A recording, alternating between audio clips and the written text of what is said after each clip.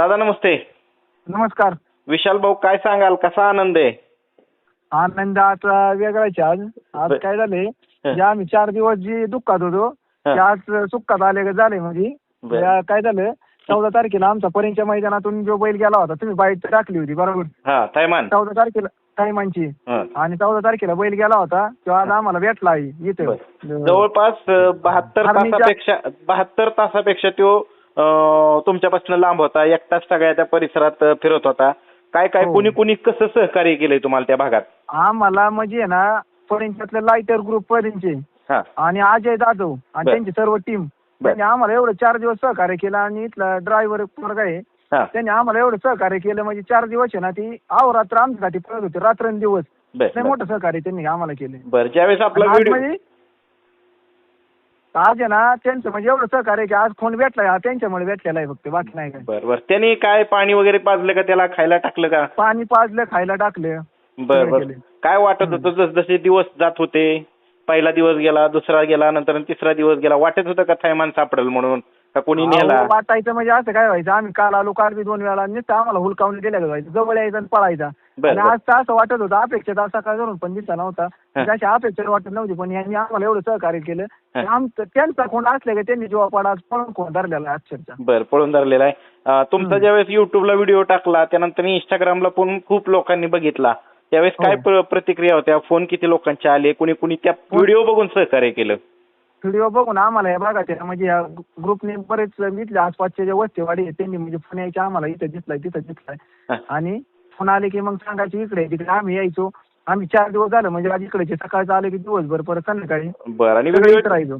फोनच्या माध्यमातून सगळी खरी माहिती भेटत होती ना? हो, सगळी खरी माहिती भेटायची. पण ही 6-7 जण जी पोरं होती म्हणजे आहेत ना, अहोरात्र माहिती मागत होती, सोडतच नव्हती अजिबात. मालकांची काय प्रतिक्रिया? मालकांना फोन झाला का? मालकांचा फोन आला तर मालकांना तर 4 दिवस झालं झोपच नव्हती. रोज दादांचा फोन असायचा, गावाला का काय झालं का. आज आता मगाशी त्यांना गावाला की त्यांनी म्हणजे त्यांना आनंद झाला नाही, त्यांनी लगेच व्हिडिओ कॉल करायला लावला. बघितलं ते म्हणले सगळ्या पोरांचं व्यवस्थित करा, सगळं काय ज्यांनी गावले काय झाले. बरं बरं, ज्यांनी सहकार्य केलं ज्यांना सहकार्य केलं त्यांना कसं काय?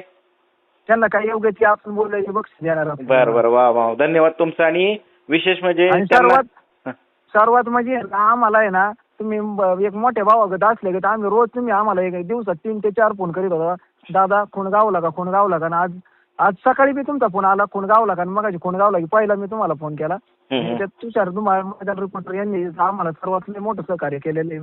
म्हणजे शक्यतो लय म्हणजे आम्हाला तुम्ही जवळजवळ 4 दिवस झालं सगळं रोज फोन करीत होते आम्हाला. नाही, त्या भागात मी काम केलेलं आहे, त्या भागातले जे ग्रुप आहेत पुरंदर, बारामती, दौंडला मी काम केलेलं आहे. परत ग्रुपला तुम्ही मुलाखत टाकलेले, सारखे तुम्ही बाईक फिरवत होता.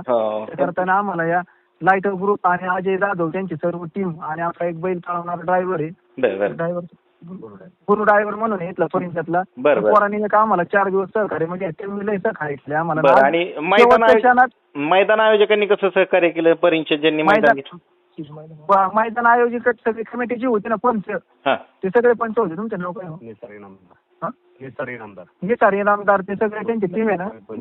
रोहित बंडलकर असतील म्हणजे यांची जी अमोल खोमणे यांची टीमची पंच जे होते ना, ते पंच आज आमच्या संघ इच्छित आता पण. बरं, सगळ्यांनी सहकार्य केलं तुम्हाला? सर्वांनी सहकार्य केलं.